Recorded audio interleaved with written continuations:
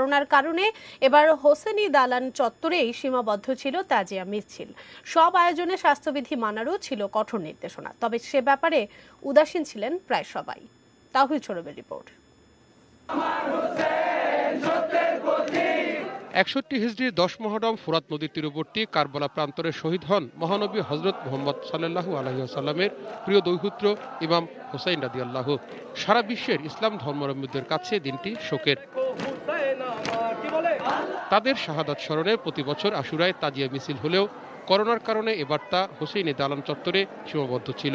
পুরান ঢাকার হোসেনি দালানে সীমিত পরিসরে শোকাবহ পরিবেশে দিনটি পালন করেছেন শিয়া সম্প্রদায়ের মানুষ। ছেদ পড়েছে রাজধানীর শত শত বছরের ইতিহাসে। এবারে প্রথম সড়কে নামেনি তাজিয়া মিছিল। অংশগ্রহণকারীরা জানালেন, আগামীতে যাতে এমন পরিস্থিতি না হয় সেজন্য দোয়া করেছেন আল্লাহর কাছে। বিশ্বব্যাপী করোনার জন্য স্বাস্থ্যবিধি মেনে, সরকারের নির্দেশ মেনে আমরা এবারের আয়োজন করছি। বাংলাদেশে 400 বছর ধরে এই আশুরা মিছিলটি বের হচ্ছে।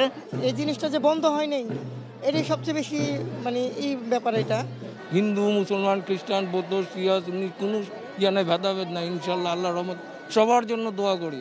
করোনার ইয়াটা চলে গেলে ইনশাল্লাহ আবার ঠিক হয়ে যাবে, আগের মতনই হবে।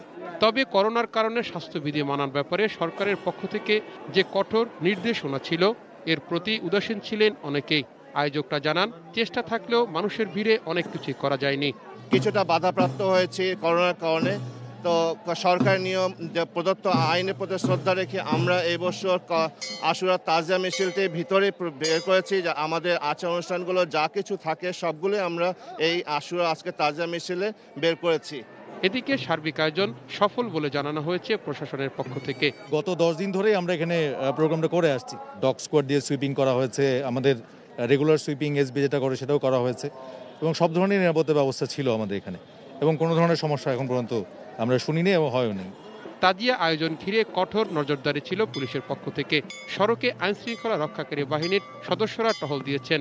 দেহ তল্লাশি ছাড়া কাউকে প্রবেশ করতে দেওয়া হয়নি পুরান ঢাকার ইমামবাড়ায়। তাওহিদ সৌরভ, এটিএন নিউজ, ঢাকা।